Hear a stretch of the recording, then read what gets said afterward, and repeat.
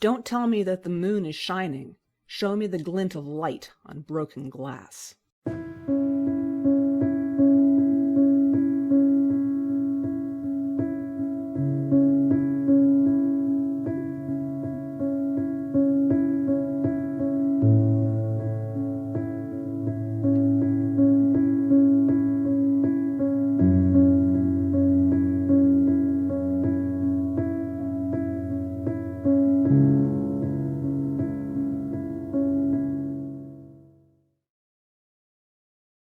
Hello and welcome to Shining Moon, a speculative fiction podcast, episode 8. I'm your host, Deborah L. Davitt. Today we'll continue our series by asking questions about the subgenre of space opera. How does it differ from hard science fiction, which was the focus of episode 3? What are some of the commonalities that mark this genre? What's the history of space opera? Who's currently going beyond the endless adaptations of Star Wars and Star Trek? My guests today are Michael Johnston, M.V. Melcer, Dave Walsh, and hopefully John Wilker. John Wilker is having some internet problems, so he may not be available today. We will see. Michael R. Johnston is the author of The Widening Gyre, The Blood-Dimmed Tide, and What Rough Beast. His work has been praised by Publishers Weekly, Booklist, Locus, and Analog. He lives in Sacramento, California with his wife, daughter, and 4 weird cats. When not writing, he teaches high school English, works with young aspiring genre writers, and daydreams of flying starships. Hello, Michael. How are you today? I am at a lack of scintillating conversation now. How are you? I'm doing just fine, thank you. M.V. Melcer is the author of the upcoming science fiction novel Refractions, which will appear in November 2023. Her short fiction has appeared in Clarkesworld, Giganotosaurus, Daily Science Fiction, Nature, and others. Born in Poland, she has lived in the USA, the Netherlands, and Belgium before settling in the United Kingdom. When not writing, she is pursuing a degree in astronomy. You can find her on https://mvmelcer.com. Hi, Mel. How are you today? I'm very well, thank you. Enjoying good weather. That's one of us. I'm living in the middle of the heat dome. I do not like this at all. All right. Dave Walsh resides in the high desert in New Mexico with his wife and twin sons, a former combat sports and entertainment writer who focuses on the surreal and speculative now instead. Author of 2 science fiction series, Tristero and Andilios, and member of both SFWA, I never say that right, SFWA and Codex. Find him at dvewlsh.com and everywhere else as the same thing at Dave Walsh without all the letters, and Dave Walsh at bluesky.social, and Dave Walsh at Wandering Shop. Hi, Dave. Thanks for being on. Hi. Yeah, it's the way that I explain my presence on the internet is Dave Walsh without the A's, because there are so many people with my name and so many people who are writers and former musicians, and it's a terrible burden to have a very, very common name. So that's me, and I'm living in a weird reality where it just went from over 100 degrees for like a month straight to it's like 70 something today. So who knows? Ooh, I am jealous. It's kind of nice, actually. And I'm going to read the intro for John Wilker anyways, just in case he does pop on. But so we're dealing with the ghost of John Wilker, who lives in Denver, Colorado with his wife, Nicole, dog, Paco, and a foster dog, Princeton. He grew up on the kind of sci-fi that the Sci-Fi Channel aired before it changed names. Rompy action-adventure sci-fi is what he loves and what he writes. His best writing seems to happen on the patios of breweries or when traveling. All right, we're going to dive right into it. We talked in episode 3 about hard science fiction, the kind of fiction that crunches between your teeth when you're writing it or when you're reading it. How does space opera differ from hard science fiction? And I will throw this to Dave first, and then I will ask the rest of you. I think the whole thing about space opera is kind of hard to define, almost on purpose. It's very Mm-hmm.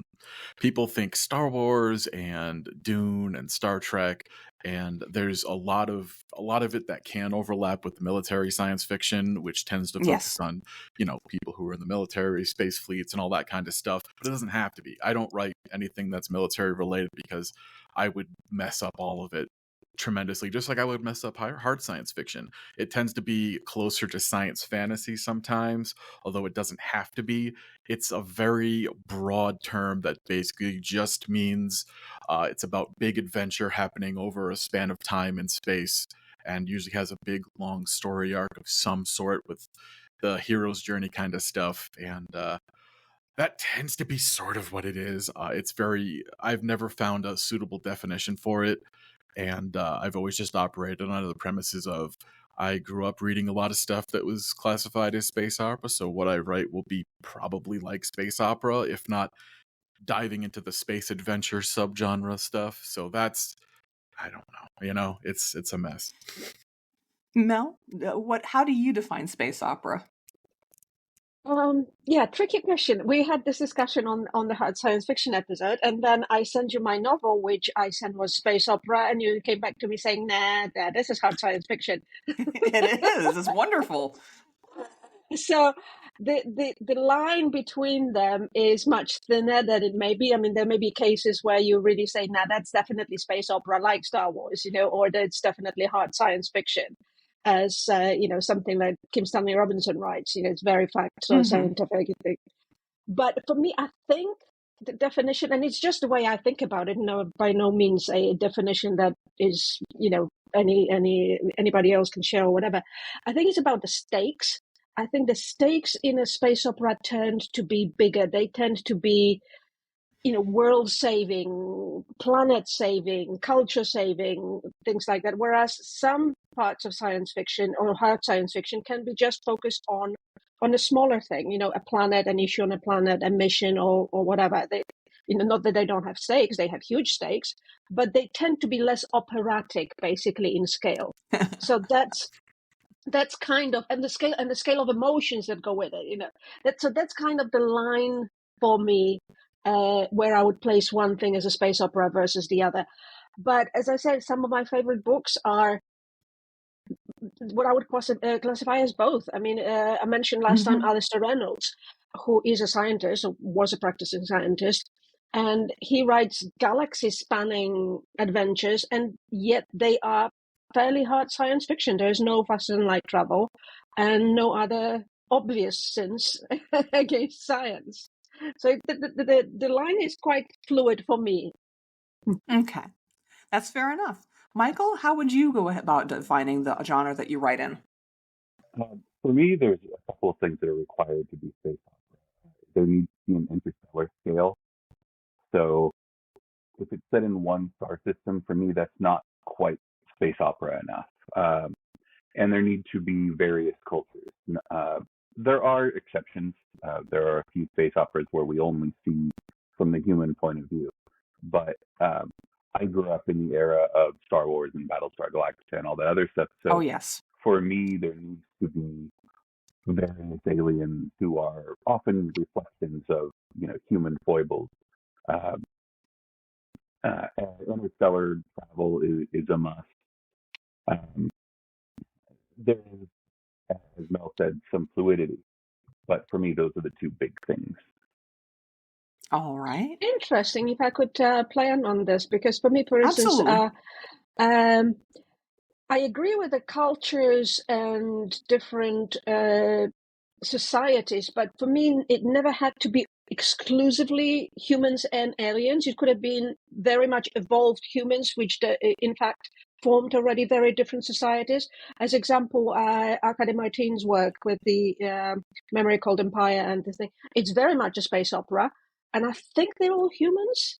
They're just evolved or developed to a point where the cultures have nothing to do with each other. I think the same with like Ancillary Justice with Anne Leckie. I would still qualify it firmly as space opera. And yet, so they do have this, what you mentioned, very different cultures, and yet they're all human.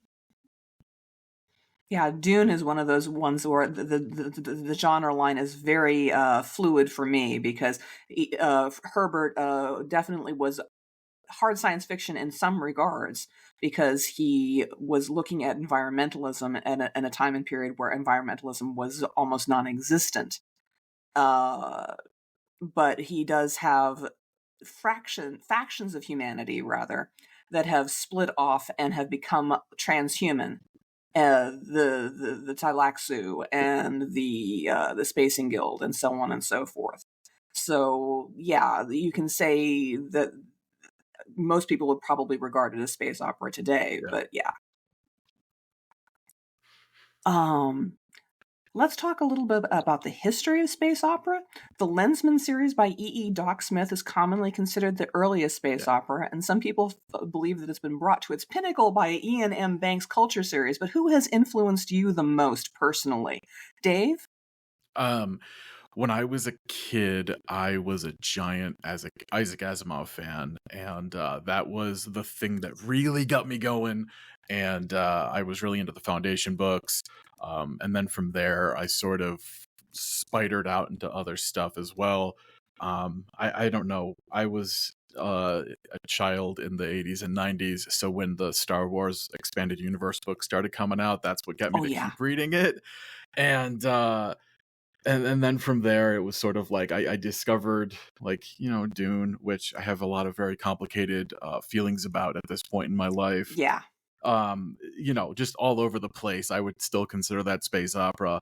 And then I got more into some stuff that I don't know how you would even classify it. I mean, I really got into Ursula K. Le Guin and, other authors like that. And to me, it was always got back to, well, I like the big adventure stuff that happens in space opera. And as we've sort of tried to establish here, like big galaxy spanning stakes. So that sort of was my journey through that. I read a lot, and I read a lot of the stuff that was sort of the old, like, dime store novel kind of things, because we had a good used bookstore down the street from me when I was a kid. So I just go spend my allowance on it. And there's a lot of names. I mean, the Lensman books were something that I got into later. So, I tried to go through all of it. I didn't like all of it, but, it also helped form what I didn't want to do when I eventually started writing these things. So I got really stressed out writing my first space opera.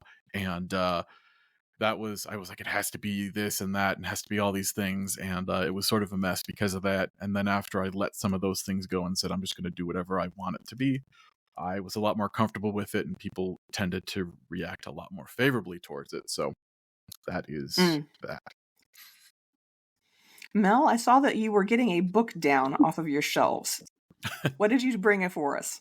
I just had to show it too, because it's a very special book that holds a very special place in my heart. I have not reread it, and I will not, because probably not now I will hate it.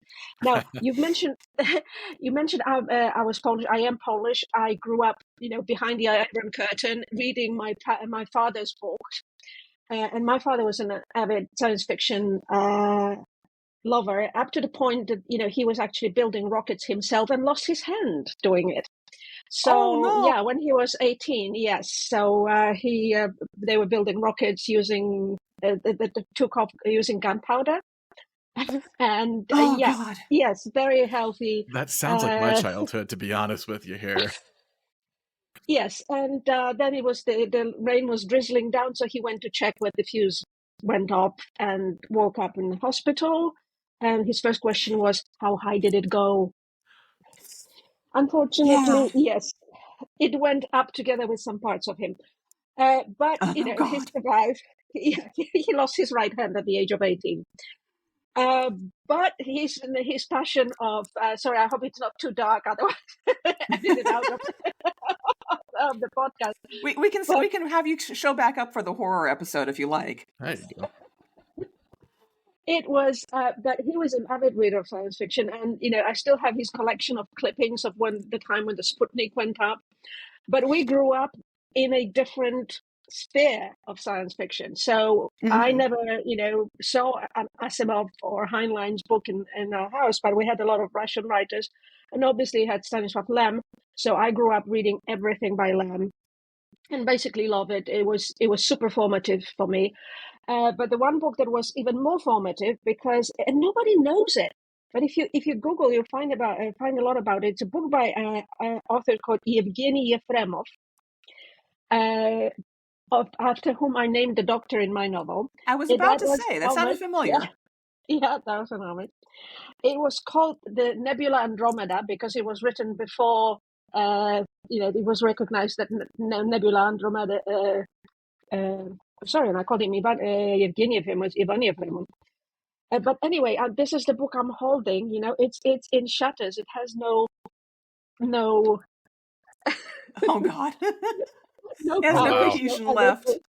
Yes, and I read it back and forth. I don't know how many times when I was a teen. And if you Google it, still you'll find out that critics at the time said that it did as much for science as it did for science fiction, because it was like one of the first really, really hard, well, still space operas, because it took part in different planets and different solar systems all over the place, but at the very, very cutting edge of what was scientific knowledge back then, and that was early 50s. So, I obviously read it way, way later, but it was inspiring, and the visions of the world it showed, it just the whole idea of the space travel and all these planets and all these things, and yeah, that was just really, really amazing. And my first book, science fiction book that I wrote, at least started, it was called Space 2020. And if it reminds you of Space 1999, there's a good reason for it. So yeah, that were my beginnings. And Michael, what was formative for you, other than Battlestar So, Galactica and Star Wars? I mean, it really, I have to admit, it starts with those things. I was 6 years old when the first Star Wars came out, so it's definitely imprinted on my brain. But Yeah. as a young reader, I discovered C.J. Cherryh, and the sort of anthropological science fiction and space operas really definitely impacted me as a young reader. And then as a teenager, I stumbled on a debut by C.S. Friedman called In Conquest Born. And it's one of those human-only space operas, but that definitely the clash of ideals between two different cultures um, imprinted directly into my brain. So when I write now, I owe her a huge debt. And then a later influence on me, because I didn't read him until I was probably in my 30s, is Peter F. Hamilton. His stuff has such a scale of distance and time, and the technologies that he uses are so incredibly off the wall compared to what we have and what we can generally conceive of now, that it's inspired a lot of the stuff in my own book. Yeah, I can see that. Let's see. Who besides you guys is writing space opera these days? Who should we be reading? And I would argue that The Expanse became space opera. It started off locked to our single solar system and being very hard science fiction in terms of how people were able to move around the solar system and how they engaged with the technology and with each other. And then I would argue very much that as soon as the gates opened, it became space opera. But what other ones might you recommend to people? Dave? I mean, that's hard because it's I know for me personally, like while I've written a lot of space opera, I read a lot all over the place. I feel like there is, when it comes to space opera, it gets sort of blended in with a lot of other things. I feel like I have, like, one of my favorite series is Legend of Galactic Heroes by a Japanese author, Yoshi Tanaki, and it is a I only discovered it because a friend sent me that there was an anime for it, and this was like back in the 90s, and I watched some of that, and I'm like, cool. The books got translated like 10 years ago finally into English, and I read those and loved them. And it also ruined my first science fiction book because halfway through I'm like, I want to write something like this. And but like, as for right now, it's hard because like I feel like the like something like the Lock Tomb series by Tamsin Muir is very space fantasy, but at the same time, through the course of those 3 books that have been released, they tend to get pretty space opera-y in the, like, it's in the DNA, even if it wouldn't technically be considered like strictly space opera. So it's hard. And then it's like I read a lot of as I, mostly indie publish my books, I read a lot of comp titles kind of stuff, and there's a lot of people writing it right now, and for better or for worse, it is hitting what people want from it, and there's not a lot of going off into like different kind of stuff, and I think that's a part of our field that writers don't talk about a lot, is that we have expectations on us sometimes to write a certain way and not to veer off too hard. I've veered off in some places and gotten some criticism from people, so it's I feel like space opera right now is in a weird place of almost trying to meet the expectations of what people grew up with, and which is largely Star Wars, Battlestar Galactica, Star Trek kind of stuff. And then a lot of writers want to be expanding out a little bit, and it sometimes gets some pushback. So I don't know. I've read a lot of cool Afrofuturist stuff. Like one of my favorites in that is Jelani Wilson, but it just kind of is what it is. Mel, what would you say would be a good author to read right now, other than yourself? I've already mentioned Ann Leckie. I absolutely love the Ancillary Justice trilogy, or there's more books in the world, but the initial trilogy. Yeah. Arkady Martin, the same with Memory Called Empire, and then the other books that come and are coming. Megan O'Keefe, really good fun. Alistair Reynolds, I already mentioned, he's still publishing, and I still love his books. Ian Banks, goodness, he's just like one of my heroes. Unfortunately, he's no longer publishing, but I will still mention him. There's so many good authors, and there is a large variety, as Dave mentioned, between the more indie, more adventure-focused books and all kinds of different aspects being examined in different books. I mean, Kim Stanley Robinson, for instance, Aurora, I would qualify it kind of borderline space opera because of the scales, although it's really hard science fiction, but it was just an amazing book. It blew my mind. I mean, so yeah, I think these are the top books that come to my mind at this moment. Okay. And Michael, same question to you. Who should we be reading today? I will always cheerlead for Arkady Martin. She and I were classmates at Viable Paradise about 10 years ago, so I'm so proud that she's doing so well. But an author I would really recommend is J.S. Dews, Dewes. He first started publishing a couple of years back with 2 books in a series called The Divide, and then she followed up with a standalone, beginning of a different series called Rubicon. And they were both space opera series. They are incredibly well written, and I became a huge fan immediately. Okay. Well, now we're going to take a turn into your works, and I'm going to start with Michael's books. What Rough Beast is the 3rd book in the Remembrance War series. Tejan, the main character, has just discovered a terrible truth about the war he fought in 15 years before, that the enemy he thought he was fighting was actually extinct long before he was born, replaced by nanoswarms that acted on pure cold logic. He also discovers that these nanoswarms can incarnate inside humans and aliens. He further discovers that the Empress of the Zen that he once served faithfully is just another incarnate, one obsessed with destroying the other Tabran nanoswarms. This story features expansive space empires, faster-than-light travel, a ruined Earth, multiple alien species, quantum fabricators, nanosuits, and every far-fetched flight of fancy you can possibly imagine, so this is really fun. It has 3 points of view, and each of them has their own missions, and I'd like to open the floor for you to talk about your work. Do you view your job as an author in this to be an entertainer or a teacher? Well, I am an English teacher, but for me, Mm-hmm.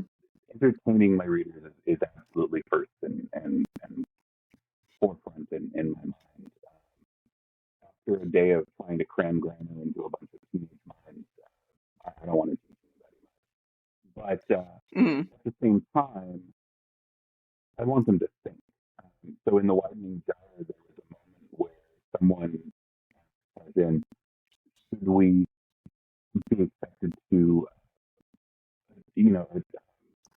apologize for the actions of people from 1,000 years ago?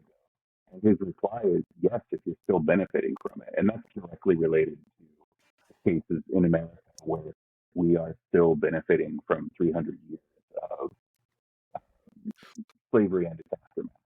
Um, and it wasn't like that was what the book was about, but I wanted it to be in there.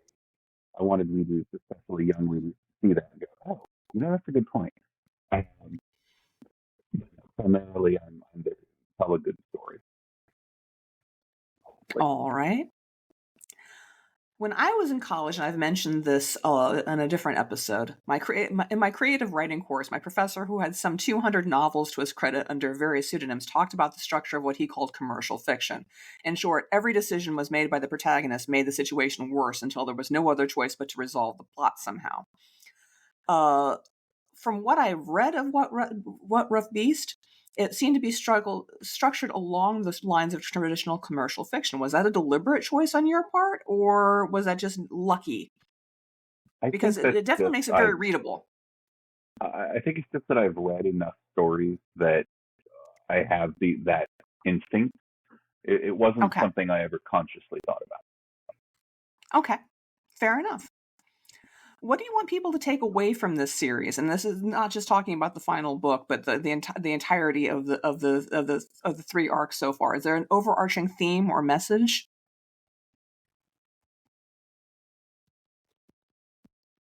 The theme is a weirdly emergent property. I'm sure that there are readers out there who would read this trilogy and come up with themes I never thought of. But for me, the themes of healing, healing a culture, healing a family, healing an individual are part of it, which is a weird thing to say about the trilogy about warfare. But Tarzan is in the beginning a broken person, although he doesn't recognize it. And in the first book, kind of fixes himself, or at least starts to. And then by the end of the trilogy, they have begun the process of healing two different cultures. I think is probably my biggest.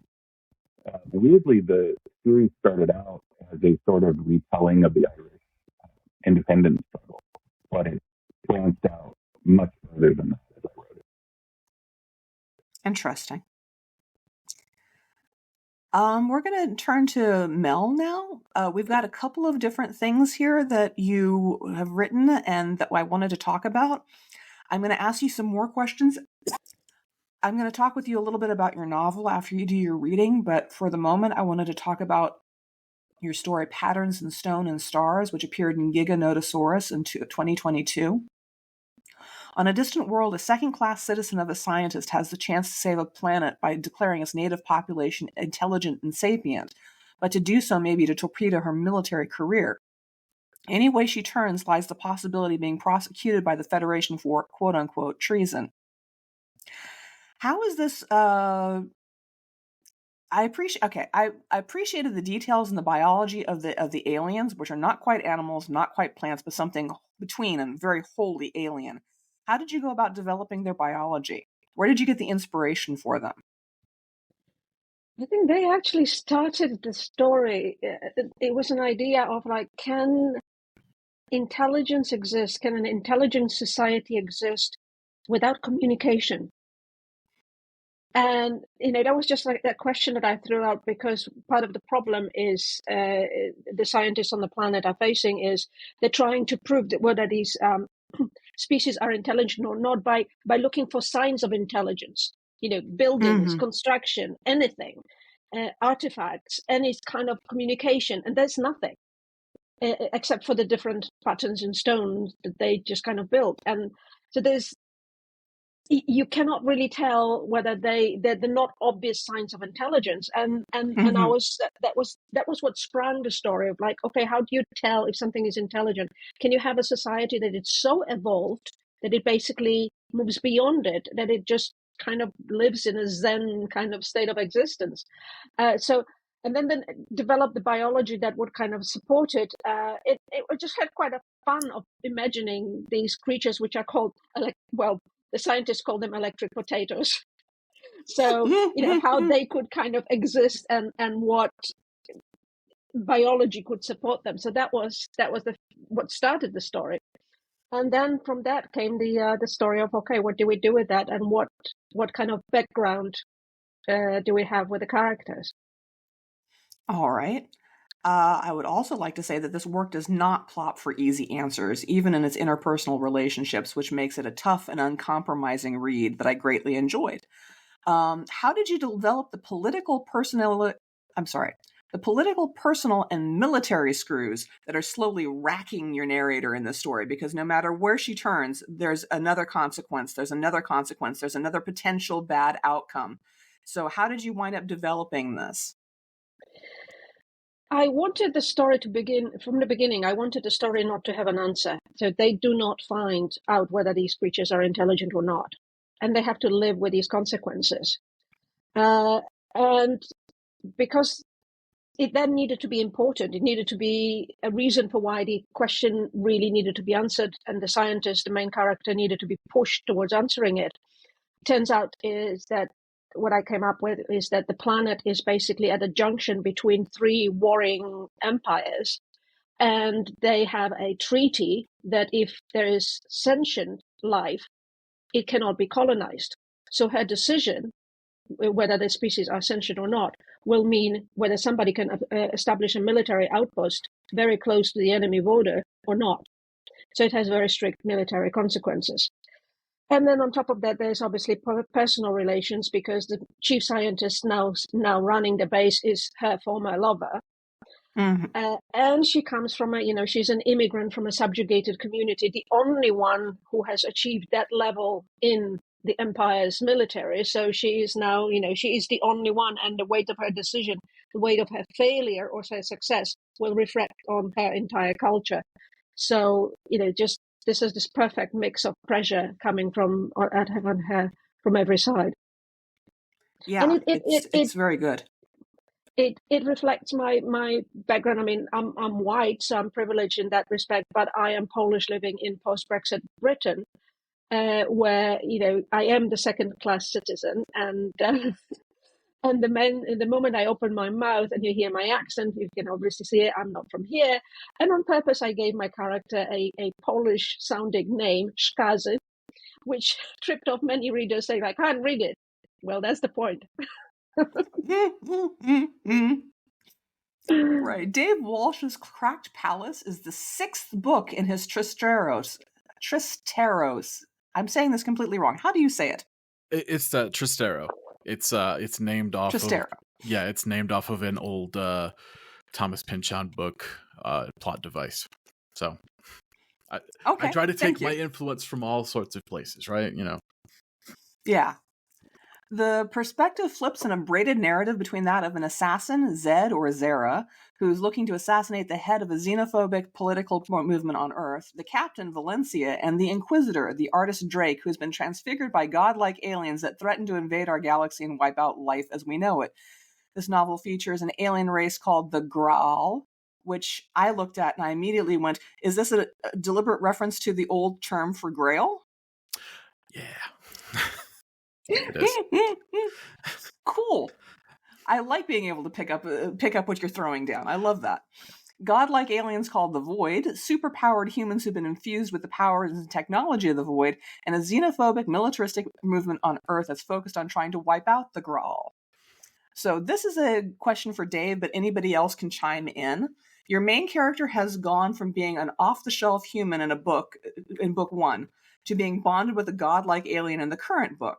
How do you deal with power creep and scope creep over the course of a long-running series? So I am, in the strictest sense, like a pantser. I don't plan anything out whatsoever. I have a loose idea of what I'm doing, and I go for it. And it tends to unfold however my mind feels like working at that time. My series Okay. started off. The first book, Broken Ascension, is a single POV. That was sort of a challenge to myself because all my previous books had been multiple POVs. So I did one POV, see how you can do it, get through it, whatever. Try to follow a decent commercial structure. I was really careful with that book. I really tried to appeal to who I was marketing my book to and everything. It still had a lot of really what I consider interesting thematic content, buried beneath the surface and all that. And then from there came the cosmic horror and metaphysical stuff. And my big thing was I wanted my character to be extremely limited. You might have all these big powers, but there had to be massive consequences. And through the whole 6 books, it was about you use these things and there are very dire consequences that come from it. So it allowed me to be confining for those things instead of just he can go do whatever he wants. It can be fun. He can go do whatever. It had to have, it had to be that was the stakes, right? Is that the more that humanity used these things, the more that you're knocking on the door for this giant weird sentient alien race that you have no clue about, and telling them, hey, we're abusing your stuff, maybe you should do something about it. So that was my instinctual, like, that's how I kind of tamped him down. And the same thing, there were multiple characters impacted by this. There were spaceships impacted by it. I got into some weird stuff with this, but it still was trying to be grounded in there had to be consequences for every action. So that was, for my very loose and how I plot things out, that was my idea the whole time, is there always had to be a consequence for every action. I like that. So my next question sort of ties into that, which is, how do you keep the scope of a cosmic level conflict grounded and real for your readers? Because we're dealing now with Drake having become this inquisitor, and this inquisitor figure is basically going to planets and taking the entire population and just sweeping them away to a different location. But it looks like they're all being killed to the other characters. And he's just able to do this at the blink of an eye. How do you keep that grounded and real for the readers? I mean, it's one of those things, because we're in the 6th book there, where I have a lot of these characters have been established, and then it was kind of hard because there's a lot of characters at play, and I had to make sure that they were established early on in the early books in the series. We had, every book experimented with different point of views. Drake and Valencia were the only ones that really carried over throughout the whole series. And the whole idea was basically always focus on them, what they're doing, and the people that they care about. So you always have, the reader always has a tether into what they're engaging with and who they're engaging with and why they should care. Because you can only be told so many times, the whole fate of the galaxy is that, held in the midst, and you're just, that's cool and all, and it happens a lot, and people read and watch that stuff all the time. But if you don't have your core cast of characters for people to latch onto and for them to have real consequences, is the important part. So, they all have their families and their relationships, and I try to focus on those as much as I can. And, there were certain characters that, like Zara, I didn't establish until the 4th book in the series. And that was sort of, I had to introduce a lot of her problems very early on in that 4th book, and then to make them really matter for the 4th, 5th, and 6th books. So yeah, it was basically just always focus on these characters, their interpersonal relationships with each other, and why all of it matters beyond save the galaxy, because you're always saving the galaxy, right? So yeah. One of your predominating themes is xenophobia. The Void have it for humans, creating an inquisitor to eradicate any use of their technology by humans. Humans have it for the Graal. In fact, there's one point in time where the term inquisitor is used for a human that isn't Drake. It's just another person that is just an inquisitor. So what message do you want readers to take away from this book in particular? I mean, it's very these are not easy times. Then I think it's really hard for me to write stories that are kind of carefree. I mean, a lot of the whole arc of the whole series for me was about a couple of different things. It was about parenthood. It was about dealing with being an artist in a world that doesn't seem to like art all that much, and what it does to you and makes you as an artist kind of stretch and do to accommodate the whole world around you, and then dealing with the face of just people who hate each other, and trying to instead. I made a really conscious decision at after the first book where I didn't want to put gun violence in there anymore, which for books like this is not going to be a popular decision. I set it up in the first book where it was the people with the guns were the bad guys. There were some good guys with guns, but bad things ended up kind of happening to them when they were playing with them. And my background is I wrote about combat sports, UFC, kickboxing. I was a big kickboxing guy for a long time, and pro wrestling, because that was something I grew up with, and this weird storytelling with it and all that. And to me, I knew enough about this stuff to be able to write it into my books and kind of transform the action scenes into like fight scenes where they were hand-to-hand combat, and you kind of made things a little bit more personal, got rid of the gun stuff, and it allowed me to use guns as a tool for people who are, space fascist kind of deal. It was very I don't know. I write on a progressive tilt because that's who I am, and it gets some flack from readers sometimes, and you alienate some people for that, but at the same time you can reach tons of people with this kind of stuff. You can always grab new audiences, and being able to show people that A, you don't need to have guns as a prominent thing, and B, people that are different from you are probably okay, and you probably don't need to be afraid of them. Those were important themes for me to get out there into the world after reading dozens and dozens of space opera books that felt like just trying to recapture the worst things that Heinlein did back in the old days. So that was important to me. Okay. That is interesting. Thank you very much. Yeah. We're going to be turning now to a reading from Mel Melcer. This is from Refractions, due out in November 2023. I've been lucky enough to read the whole thing, and I can't recommend it highly enough. I really enjoyed reading it, and I hope lots of people pick it up when it's available. In this book, the protagonist, Nathalie, takes a journey in cryosleep to the first human colony outside of Earth to escape her own past, little dreaming that she'll be forced to solve not one but two mysteries. First, what happened to that first colony, which has gone dark and silent? And second, who's trying to sabotage the mission and the ship that they depend on for their very lives? Take it away, Mel. I'll be reading from chapter 1, which is not really the opening chapter, because we have chapter 0 and then we have chapter -5, and then we get to chapter 1, and the minus chapters connect with the main storyline a bit, like about halfway through, when the repercussions of the past events become relevant. But this is where we start on the ship. Cold, so cold. A million icicles burrow through me, needle sharp. I shudder, gasping for breath, but the air in my lungs is frozen solid. What happened? Something viscous and cold worms its way down my throat. I gag, body spasming, as 1,000 of noise pierce my every cell. My heart flutters, frantic and irregular, propelled only by fear. Where am I? I force my eyes to open, squinting through the sticky powder that clings to my face. The air around me flickers red, pulsating in the rhythm of a shrill breath. The cold sleep pod. My memory congeals into a spike of pain sharper than the ice that froze my body. Anna's dead, and so is Stepan, and baby Nadia. All of them gone. I heave, choking on tears that won't come.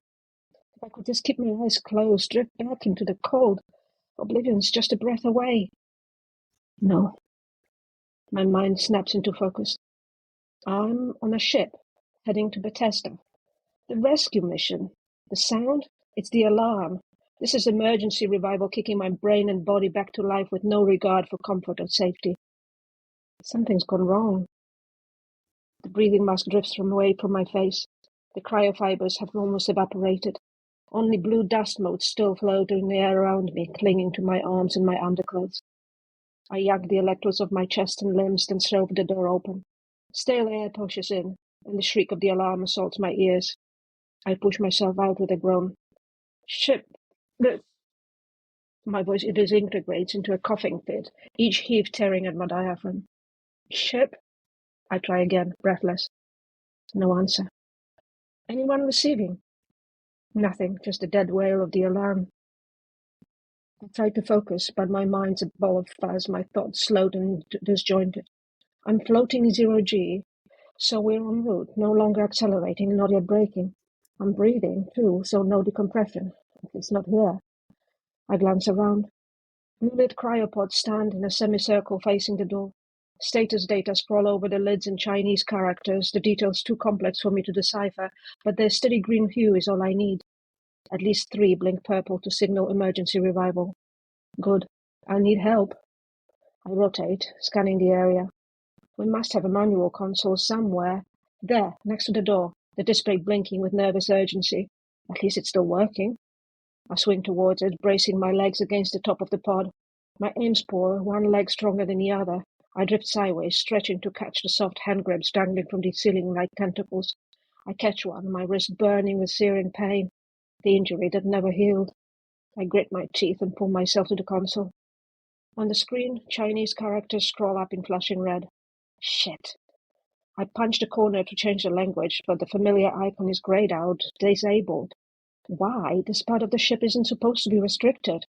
I stare at the screen, willing my brain to speed up. My Mandarin's okay on a good day, but now I can barely recognize the characters. Zhou Kai, someone croaks. Move away. A man is floating behind me, a lean body ghostly in the flashing red light. Asian features, black hair dusted with blue cryofibers. More fibers on his shirt obscure his name, but not the red and gold of the Chinese flag. I breathe with relief. If he's part of the Chinese group, then he's engineering, or at least his Mandarin is better than mine. I shift to the side of the console. Switch it to English. The man ignores me. He taps a command and the blare of the alarm fades to a drone. Fan Shengou Shinmei? I try. What happened? I get no answer, but the man's frown deepens as he studies the screen, a trickle of blood on his lips. I grab his arm. What's our status? He looks up, as if only now registering my presence. His eyes focus on the maple leaf on my chest. Who are you? Natalie Hart, pilot. Second in command, I almost add, but there's no point. Do you know what happened? Not yet. He blinks, something metallic glistening behind his iris. The bridge is intact. You'll do better from there. He's right. I need access to command consoles. I can't do anything with engineering controls, even if they spoke my language. And the captain may already be on the bridge. I push myself away. The door opens as I approach, but slowly, as if it needed to consider the action. A chill runs down my back. This doesn't bode well for the rest of our systems. I float into the corridor, sucking in air as I turn towards the bridge. My inhalation turns into a cough as the air sticks with something sharp and sour. The smell of an electric fire. I glance around, increasingly frantic, till my eyes find a thin blue line of smoke drifting from a door further down. The third cryo chamber. Good God. My breath catches, my throat dry and numb. Fire in a cryo chamber. Is anybody awake there? Or are they all asleep, about to burn alive? My insides turn solid at the thought. But no, somebody will be there. The system's set up to revive 2 people per chamber. And the extinguishers will take care of the fire. My duty's on the bridge. The entire ship may be at risk. And the people on the test, they still may be alive. We're the only hope. This must be my priority. And I linger, paralyzed by the vision of cryopods swathed in frames, sleepers waking up to searing death. My vision clouds, and all I can see is Anna's pale face and Stepan's blood on his white shirt. Tears sting my eyes, unable to escape without gravity. No more death. No one will ever die again because of me. I scream as I swing around, back past the room I just left, my arms throbbing with every pull on the handholds. How many pods here? 36 crews spread over 3 chambers, 12 per room. I touch the half-open door. Warm, but not hot. Orange glow spills from behind, the smoke tinted red with the flash of the alarm. My eyes burn as I slide inside. I cover my mouth, my hands struggling to breathe. The semicircle of pods faces the entrance just like in my chamber. But here, all the lights blink in panicked red, some irregular, as if the machines themselves convulse under the strain. On the right, where the smoke is the thickest, bolts of gravity-free flame flicker in yellow and blue. I stop, gasping. I don't know what I expected, but not open fire. Not in a spaceship with a dozen redundancies for every eventuality. The safety systems should have kicked in. If those have failed, then what else? I bite down on the fear. Manual extinguishers, that's what I need. Images flash through my mind, the ship's specs I've committed to memory. Emergency equipment panel right outside.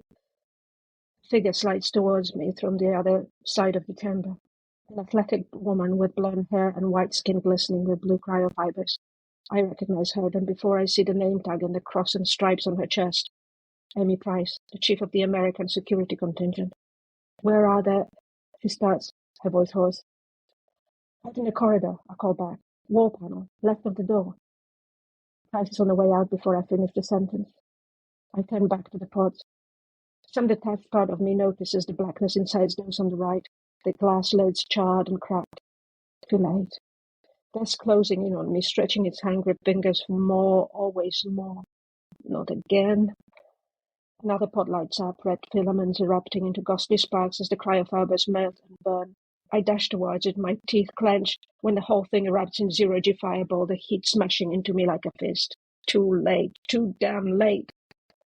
At the base of the next two pods, blue sparks flicker, intensifying into frantic dance. I push myself towards them, gasping in the heat. Something, no, someone, thrashes inside the right pod, limbs jerking as the fibers cocooning their body turn to ash. Another movement catches my eye. Hands pressed against the inside of the next pod, straining to pry it open. I can't save them both. The realization comes with the ice-cold clarity that freezes me in place. I have to choose. My eyes flicker between the pods, my heart beating seconds away, each as long as a lifetime. I must decide. Might choose one life over the other. The cold, detached part of me knows that the right pod is too damaged, but the left still has a chance. I move, acting on logic alone, turning my guilt into focus even as my heart splinters in pain. I touch the control panel. Most of the lights are dead, but the emergency release icon still flashes weakly. The door shudders. It moves an inch, then stops as the last light of the tunnel flickers out. The cryofibers at the bottom of the pod are starting to glow. Behind the glass, the woman stares at me in horror, the breathing mask heaving with the rhythm of her gasps. I grasp the edge of the door, pulling. My wrist sears in pain, flaring up like the flames burning the pod. The woman pulls from the inside, our fingers touching, hot and desperate. The door slides another inch. Not enough. I tag again, but lose my purchase, my legs flailing as I kick for something to brace against. The ceiling spar. I rotate, head down, then push my fingers into the gap into the door, then into the heat inside. The woman drifts away, lifeless. The cryofibers around me are turning grey, then black. Her head rolls back. Another moment and she'll be gone. I can't let her. I scream as I pour another inch, then another. Something soft and sticky erupts around me, smothering my face and my mouth. I gasp for air and choke on the sticky dust, but I thrust my arm inside and the pod until my fingers curl around the woman's hand. I pull and haul and pull until another arm latches onto me from behind and drags both of us out. I come to a stop on the other side of the chamber, shaking and sucking in air in great gulps. It takes me a moment to release the woman, my desperate gaze sliding over her figure, unconscious and covered in scarlet burns, but breathing. My elation shatters as my eyes turn back to the pods. Price is back there, she and a tall black man spraying yellow dust from handheld extinguishers. The fire is gone, smothered by the dust, but at least 5 pods are charred black, and several others show no signs of life. How many dead? Who? Price lets go of the extinguisher and glides towards me, her hair like a halo around her head. Are you all right? I follow her gaze to my hand, a blooming blister on my palm, my wrist red and swollen. The pain finally registers as if it needed time to punch through the shock. It's nothing. The fire? We got it. At least what we can see here. I pull myself out of my despair. This isn't over. I must get to the bridge and figure out what's going on. Check the other chambers, I say, turning to leave. There's an engineer awake in chamber 2. I'll be on the bridge. I've got to find the captain.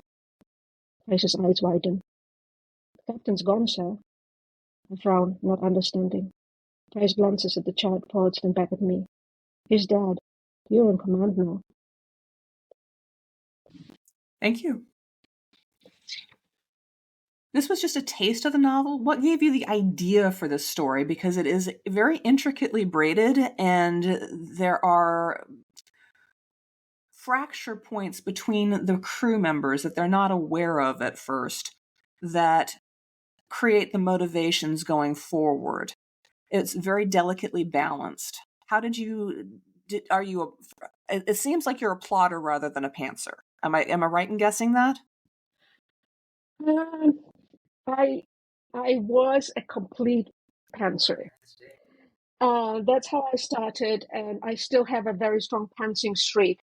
But once I acquired an agent and realized that I need to kind of say what I'm going to write next, and get kind of an outline, I started plotting a little bit, and then realized that it actually helps when you know where you're going a little bit. So I'm kind of in between. And but it's not that this novel has been plotted thoroughly from the beginning. No, it started with an idea of a ship with secrets, that everybody was there for a different reason. And this is not as you could see, there were cryopods, so this is not faster than light travel. So people who committed to go on a rescue mission that will take them 70 years to go there and back are basically people who are running away from somewhere rather than just committing to the rescue mission. And from there, I went like, okay, what are the secrets? What are they hiding? What are they running away from? And then from that, it elaborated because the secrets are multi-level. They're personal, they are political, and they all tied to what the main thing is that is happening, the secret they're trying to discover. What do you want an audience to take away from reading it? My goodness. Well, I do want people to have a good ride and enjoy it, and in a sense of following a mystery. But I can't hide it. There's a message that in the book that is very strongly about. You've noticed that it's based in a world that is post climate change. So basically, the Earth has kind of come to apocalypse and survived, or basically by the skin of our teeth, and emerged totally changed with different political landscape and different crises and different conflicts, and yet kind of the same in that there are the haves and the have-nots, and people blame each other for everything, and basically looking for scapegoats to always finding the other that they can blame the trouble on. So I was basically commenting on a lot of things that are happening around us at the time, and this is where the conflicts are, both on the personal and the political level in the story. And I don't want to say exactly what the message is, because I want it's not like dear humans, get along, or I want people to kind of discover the message, but it is a story that plays with weaponized discrimination and prejudice. I mean, people are turned against each other along the national basis very strongly. And I just wanted to show you, like, okay, maybe what's happening around us is not exactly a coincidence. Maybe somebody is pulling the strings. Dave and Michael, do you have any recent projects or any upcoming publications that you'd like to promote?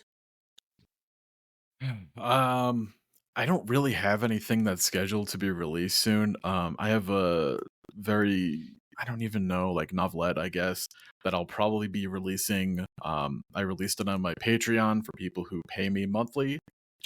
But it's called Grisaille, which is a old painting style of yeah. I went to art school for a long time before I went to go be a writer, so I tend to work a lot of that stuff into my work, and that will be, I'll probably just release it at some point. I sent it off to my team of editors, so that'll happen at some point soon because I don't have anything else ready to release, and I kind of have that itch of like, well, I haven't had anything come out since January. What am I doing here?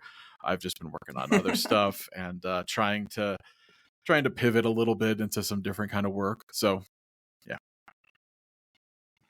Michael, do you have anything recent or upcoming? No, I'm working on a project that is sort of space fantasy, or I like to call it space opera disguised as high fantasy. But no, I'm still in early days, and nothing is scheduled for the foreseeable future. Okay, well, that sounds interesting.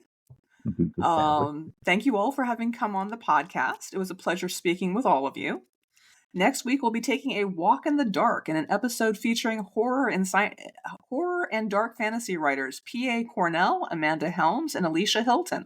We'll be discussing the story His Guns Could Not Protect Him by Sam J. Miller, Lightspeed, issue 153, February 2023. It's available online to free if you want to get a jump on our discussion. Thank you all for being here, and we are out.